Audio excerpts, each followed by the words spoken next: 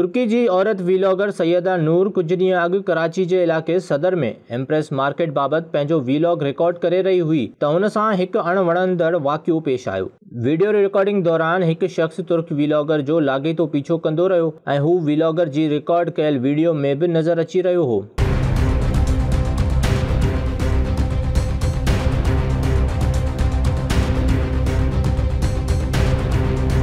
सैयदा नूर पंहिंजी इन ई वीडियो में पीछो कंदड़ शख़्स ऐं हिकु ॿार जी बदतमीज़ी जो ज़िक्र कयो। तुर्क औरत वीलॉगर जी इहा वीडियो वायरल थियण बाद कराची पुलिस संदसि पीछो कंदड़ जवाबदार शोएब खे गिरफ़्तार करे वरितो आहे ऐं लॉकअप कयो आहे। He started following me and every time I was stopping he was just passing me and waiting on a spot for me to pass him again so he can follow me again. गिरफ़्तार थियल जवाबदार शोएब जो police अहिड़ो त software update कयो जो संदसि चवण आहे त तुर्क औरत वीलॉगर मुंहिंजी भेण आहे, मां हिन खां माफ़ी वठां थो। मेरा नाम शोएब है, मेरे वालिद का नाम शकील है, मैं खुद अदब टोनी में रहता हूँ।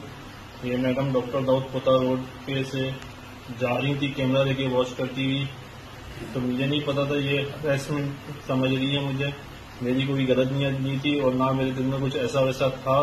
मैं इनके पीछे पीछे ऐसी टाइम पास करता चल रहा था, तो मुझे शर्मिंदगी हुई है इस चीज़ से, इनको बुरा लगा है। मैं इनसे हाथ जोड़ के माफ़ी चाहता हूँ, इनके पाँव पकड़ के माफ़ी चाहता हूँ। मेरी अपनी 2 बहनें हैं, मैं खुद बहने वाला हूँ, मेरी बहनों की जगह है, मैं इनसे दिल से माफ़ी चाहता हूँ। तुर्क वीलॉगर सैयदा नूर कराची पुलिस जा थोरा मञीदे चयो त मूं गिरफ़्तार कयल जवाबदार ऐं ननीगर खे बि माफ़ करे छॾियो आहे जंहिं वीडियो रिकॉर्डिंग दौरान मूंसां ग़लति हरकत कई।